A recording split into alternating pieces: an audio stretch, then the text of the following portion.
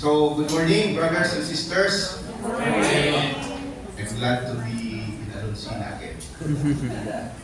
So, again, congratulations. So, ako congratulate sa inyo na bigat sa inyong coordinating kay wala ako.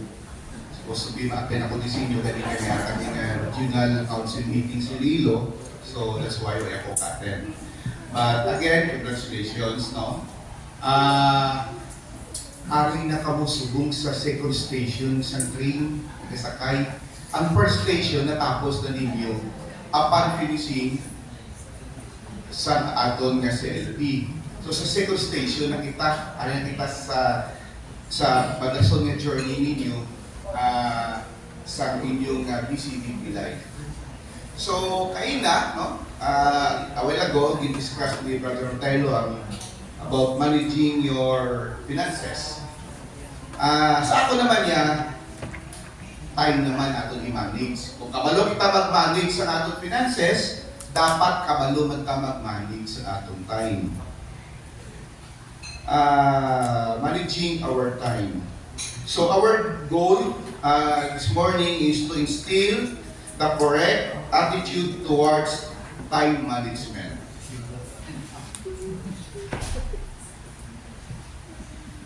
Rodrigo, ano si mo kwan? Clicker? Okay, sige. Okay na. So what is time? The period during which action or process continues. So time is the continued sequence of existence and events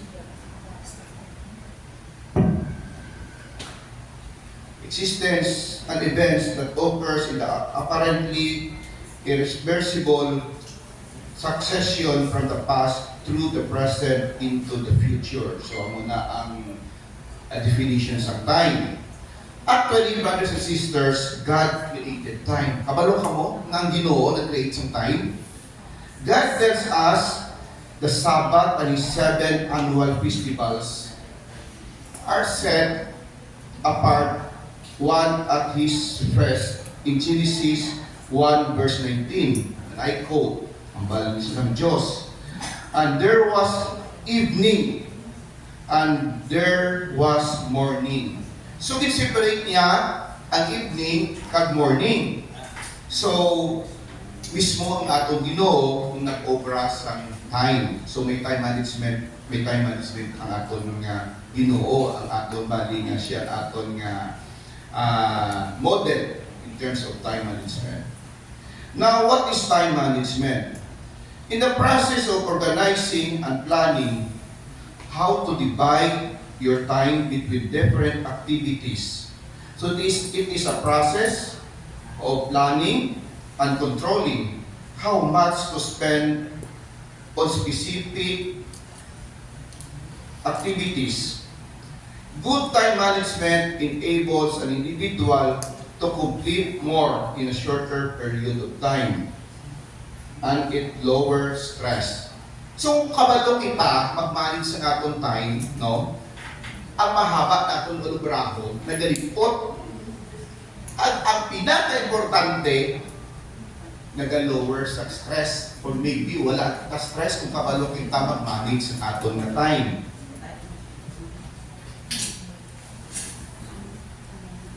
Wala man brother rin.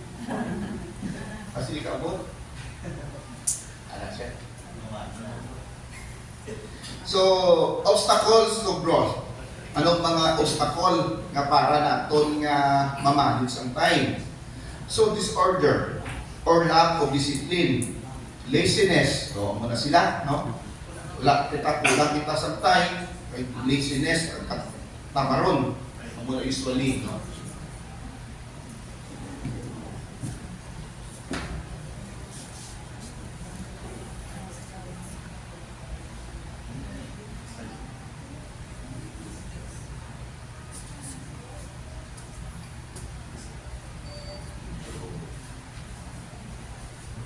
So, discipline. We can say no. Lack of enough courage to say no to some tasks can present a big problem for an effective time management. If you keep saying yes to all the needs and wants, you end up getting none of them. Next time, before you accept a challenge or invitation, think about how much time you have and where you fit in your schedule. So, example,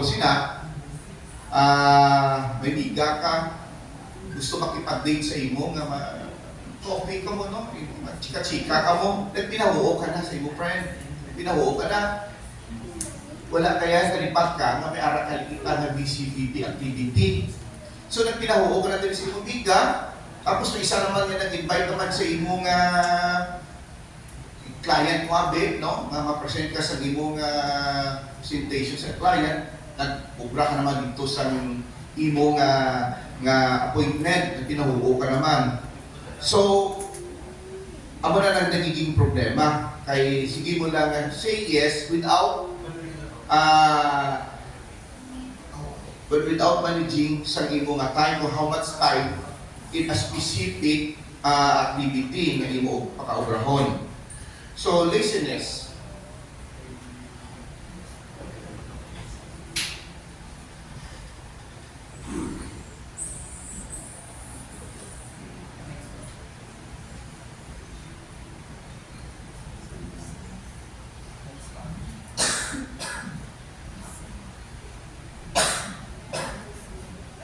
So, ang isa pag-in, no,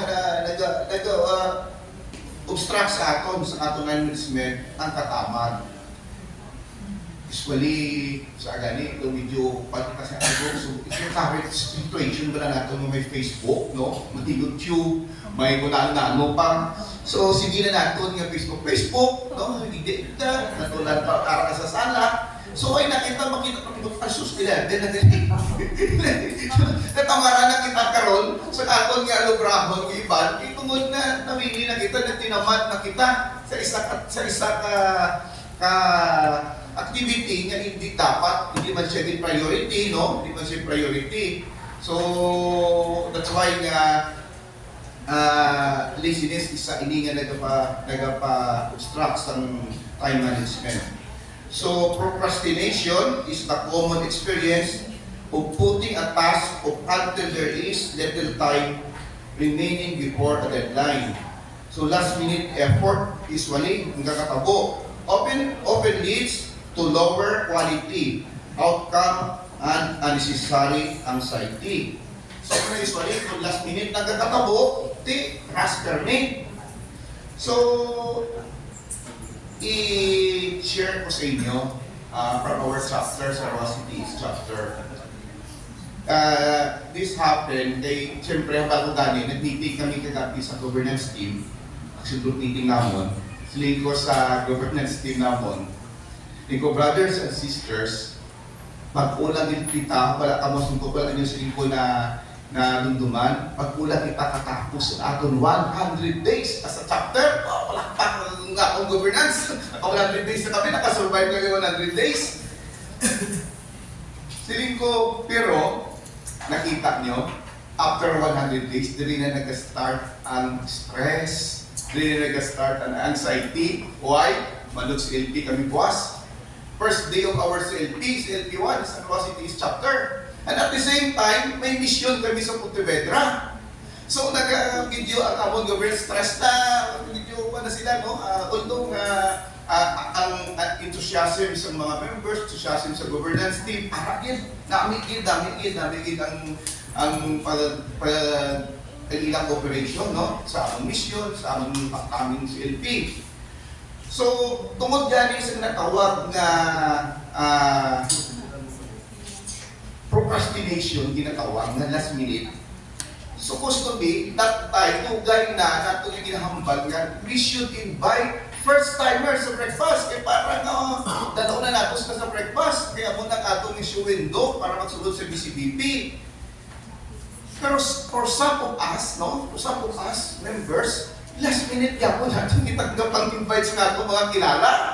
Kaya dito na ito naman, sa mga event, siyempre, mag-invite, mapili na, mas madalas inyo, nagpiliin ka mo sa inyong invitation. So dito na mo na screen, wala rin makasal, na wala sila pakasal, pero practicing Catholic sila, nakasal sila sa laing sa Protestante, kaya tungkol nga ipilit sila sa ilang mother-in-law, which is a born-again Christian. So, dito, di ko brand ako study, no? Definitely, in malanamon, pinamalan ko ang tamang silpitin nga hindi pwede. Kasi linggo, we are having our first selfie, dapat president din sa succeeding ng mga loko-lugrahon na itong selfie. So, amo na, no? Kung ang aton nga time, no? Malipot na lang, dira pa lang kita nag-panik, di mo ginamatabo sa aton. So, last minute effort often leads to a lower quality.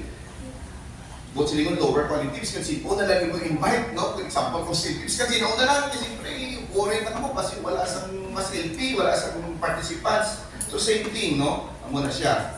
So, afraid of the outcome, nahadlok ka sa outcome, amo na nga gina-trust ni mo ang imong pag-ubra, kay wala ka na, gamay na lang ang inoras na nabilin. Ano yung pag-isa? For example, manana habit, no? Manana. Alinis sa Spanish word plano, no? Mga seminarian from the Spanish word manana, which is tomorrow, pabuasin na lang nanay. Basta na lang na obrahon, hindi pa man nabuas. So, basta napabuas. Until such time, nga, ay sus, subong na yung nato na ang ako nga lubrahon, dapat ihatag ko na rin o i-render ko ng akong report. So, ras ka naman. So, ang quality, hindi manami, kaya ginagasi lang natin ang pag-prepare. So, we simply react to infinite possibilities coming from the constant choices and variety of decisions.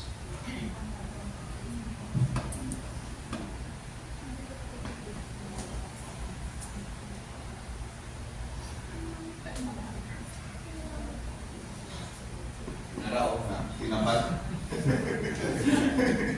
Pabanjing-banjing.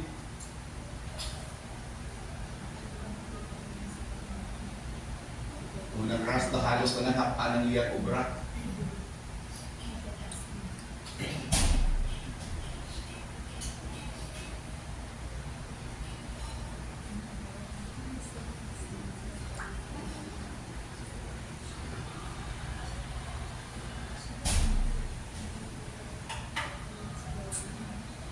So, we lack priorities, no? Purpose and energy. So, no, wala lang. No, relax ka, pero actually wala kasi inubrahan. So, let us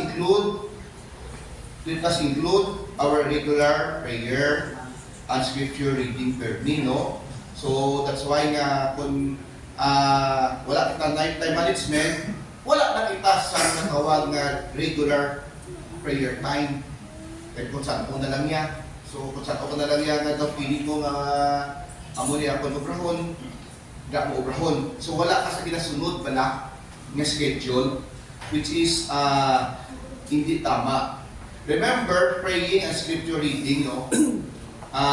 Kung nag-regular ang aton nga prayer, ang aton nga regular ang aton scripture reading, no? Kung isunod natin ina sa aton nga time management, mas maging manami ang aton journey. Remember, praying and scripture reading, start your day with God in mind.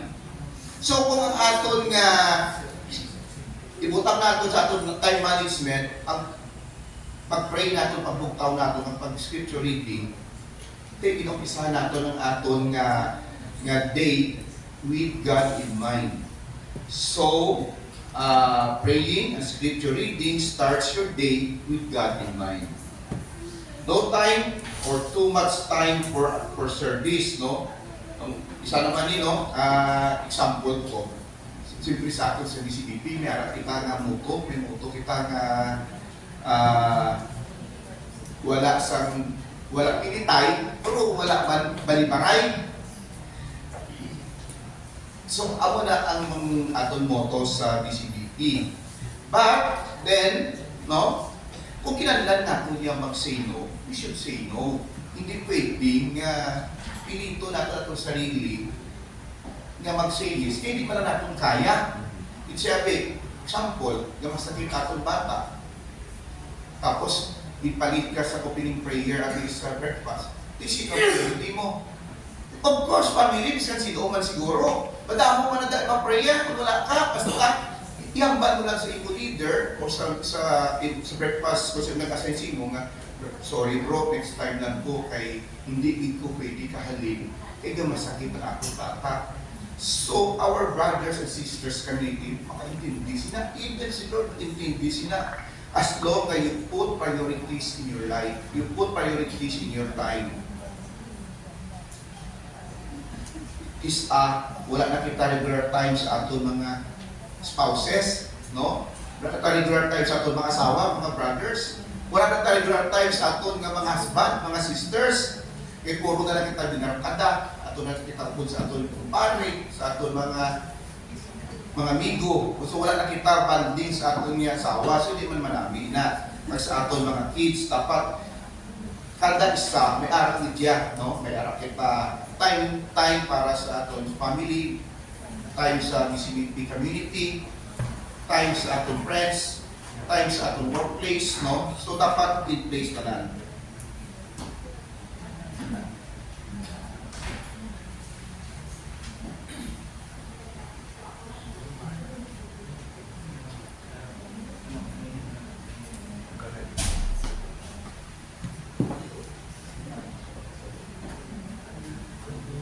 So, tirade of the urgent. Urgent tasks become a problem though when they prohibit people from working and completing more important activities. When this happens, urgent tasks become tyrants in our workday and keep us from being productive. Example, the whole day feeling naton daw ako kita obra the whole day. Kung di daw ako dito, pero daw tanan daw sumuta puson sa isa lang adlaw. Bali kong kisang mo ko sila. Nag-drive ko.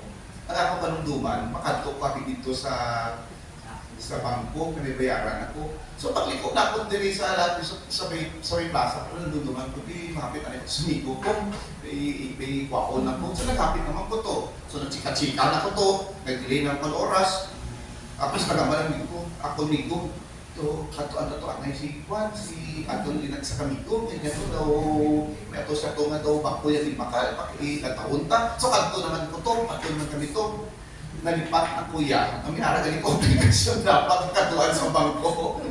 So muna, no, tyranny of the urgent. So wala na ako naging walang urgent, wala na ako naging katuan, kundi naglilumpat-lumpat ang atong schedule, naglilumpat-lumpat. So usually, subong ginaobra ko.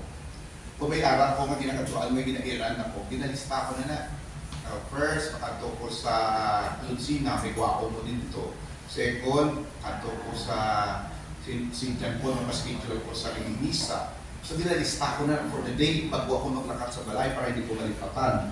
So, as a priority, no, of course, ato for me, number one priority is God, our prayer time, and church.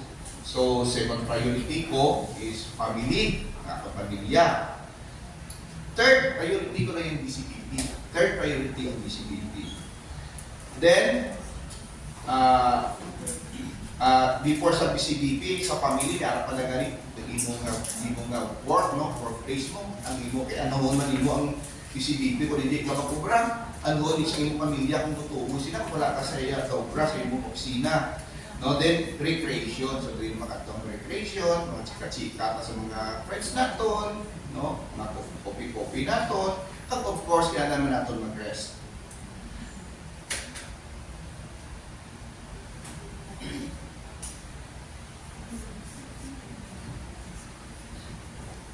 So, two Christian principles for managing time. Generosity. We should be generous with the Lord and with our brothers and sisters. He who sows sparingly will also reap sparingly, and he who sows bountifully will also reap bountifully.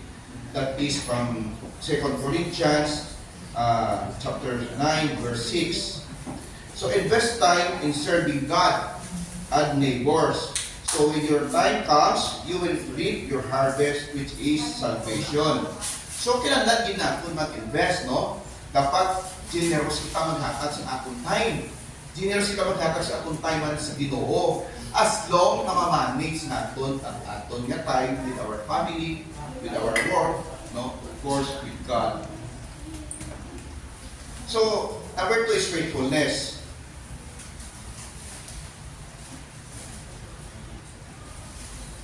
We should be people who can be counted on, whose word is reliable, well done, good and faithful servant. So that is from Matthew 25 verse 23.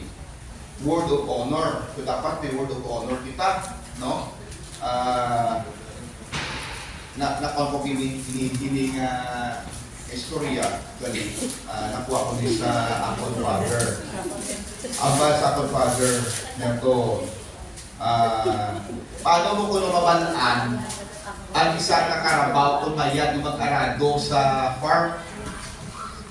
Ano na mabalaan ang isa ka karabaw kuno manami siya malang ubrahon nga ano na inang ubrahon siya nga daw siya magamit natin para sa farm. Ano kung nato mabalaan isa ka karabaw? Mabalaan nato sa isa ka karabaw nga manamig siya na katuwa sa bukid sa iya alimpulos. Ang amo lang pinambalon sa mga tigulang so na sa iya alimpulos. Ikaduha, paano tapo dumabalaan at isa ka baboy nga nayon nga manami ubrahon na yun? Paano nato mabalaan?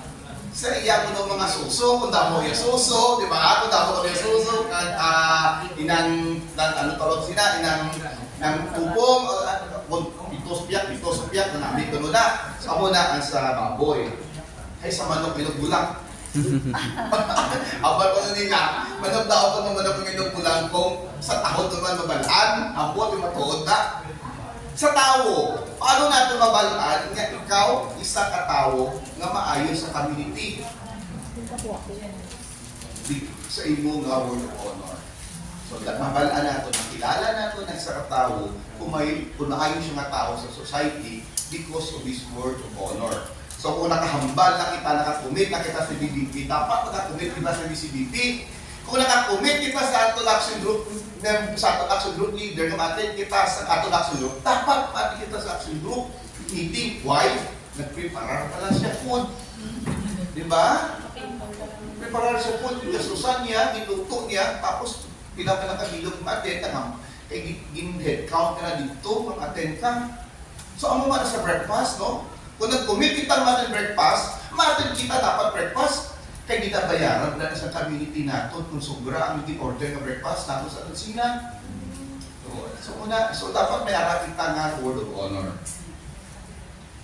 Next. Peace.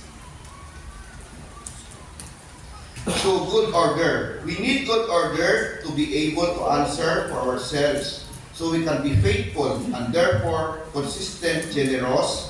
We want to have enough hold of our lives that we can be faithful and consistent disciples.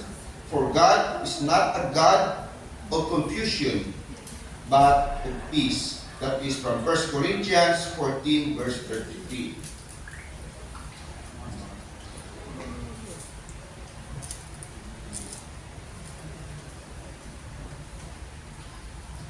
So for enough, very clear that God is happy and rejoicing when He sees our life is in good order. So kakalipay ang Ginoo kung makita niya aton life in good order. Kabalo kita mag-manage, hindi pahulam niya sa aton nga kabuhi. Kakalipay din na si Lord, kabalo kita mag-manage. Meaning, we do what is pleasing to God.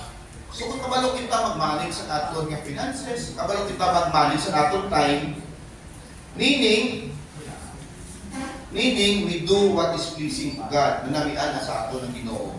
Loving ourselves and loving our neighbors, amo na ang gusto sa aton ni Jesus Christ. So, example ko sina, no?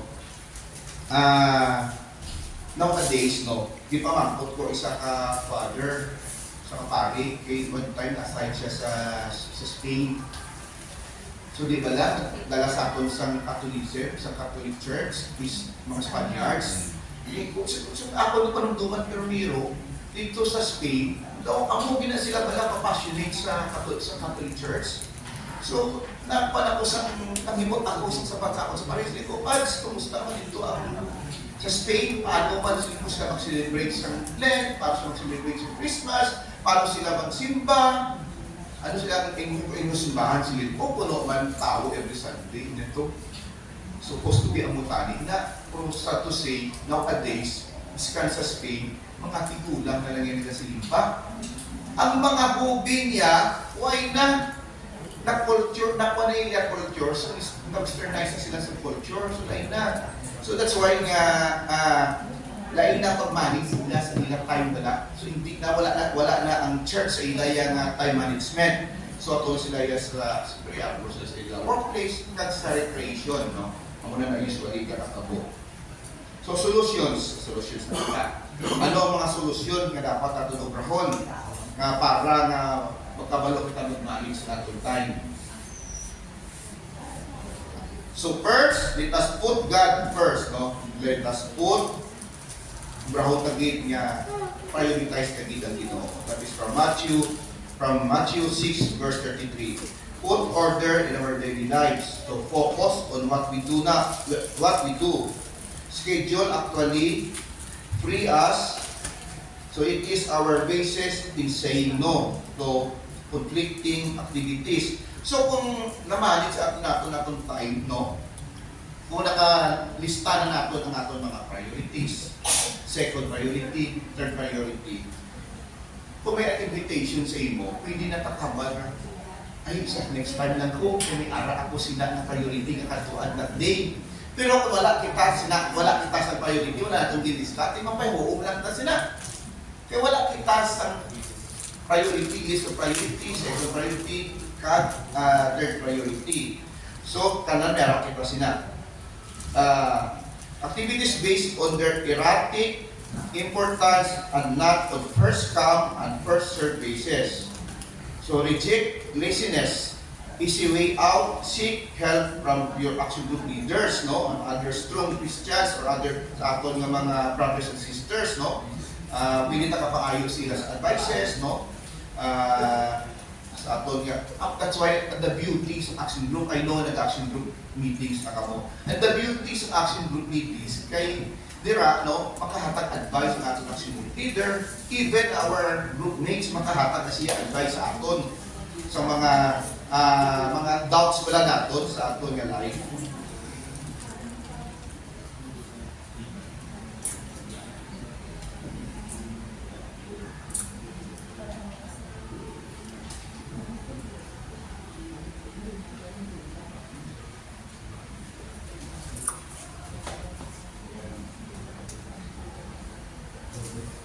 So, basic daily life order. Personal time management. Personal time priorities list. So, refer to, muna ni siya, muna naman ni ko si Brad Botello, kay na assignment sa inyo managing your finances. Akong assignment ako sa inyo. Mapadalaman ko assignment para hindi kita mapunan. Usually, sa previously, hindi na muna ginaubra. Kaya hindi ko gusto ipadala ngunit kaya basi kung hindi pala pag-ubrahon, pero sa inyo mga itsura, ito ubrahon yung dito.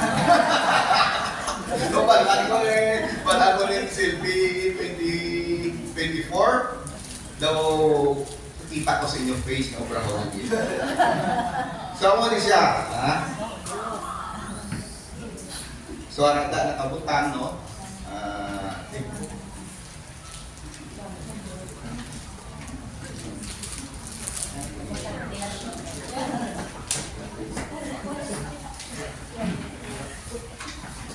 So, ang personal priorities natin, no? Aton nga priority, of course, ang kabutan, ang blood, community. Dito na siya. So, kamo na lang mahala, ang feeling, dira. Tagaan ka mo example, sina. Second, ang paubra ko sa inyo,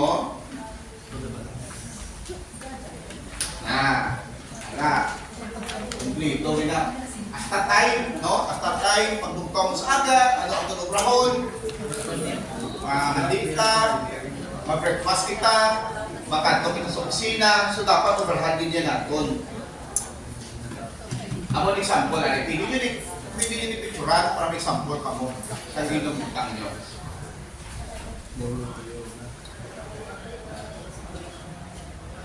Actually, no, to tell you frankly, amo na nga hindi ko masyado pamilya sa akong slides. Hello, kamo ko kay sino ni slides? Kay Brother Dante Coros. Si Brother Dante Coros, father ni Yeyeng, this is Yeyeng. Oh, he was a former soccer head nga nag-pass away during pandemic. At idol ko kina si Brother Dante sa time management siya. Kay siya si veterinarian, siya ang soccer head, the music ministry pa na siya, nag-rotary pa na siya, but still he can manage his time because he ang bra. Because he needs ang obra. Oh, dalawa pala obra niya. Kumplito. So, hindi mo gin ma-miss ang DCDP activity kaya nakabutang na lang sa music ministry practice, governance meeting, breakfast, assembly, ara niya nakabutang. So, muna, idolize ko din si Brother Dante Coros, the late Brother Dante Coros sa iyang time management. So, muna example, no? Hindi kita hinato na miss out ang sa activity sa DCDP kung may ara kita ng priority list. So, ipiling ko na lang sa inyo nga assignment. I know nga ubrahon yung din na.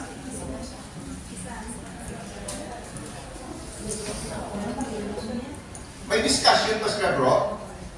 Wala na, so dito na lang. So, ara naman sa handouts, no? Ara naman discussion starter there sa handouts. So, I hope na we have learned something, no? About sa aton ng time management. Malikot lang siya ka to, pero kung aton obrahon, makabulig din sa aton nga pangabuhi. Makabulig din nga maka-attend kita sa aton mga DCDP activities.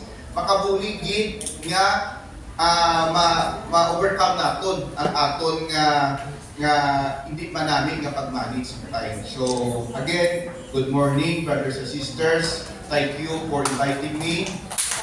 During the follow the Lord's weekend, and to God be the glory.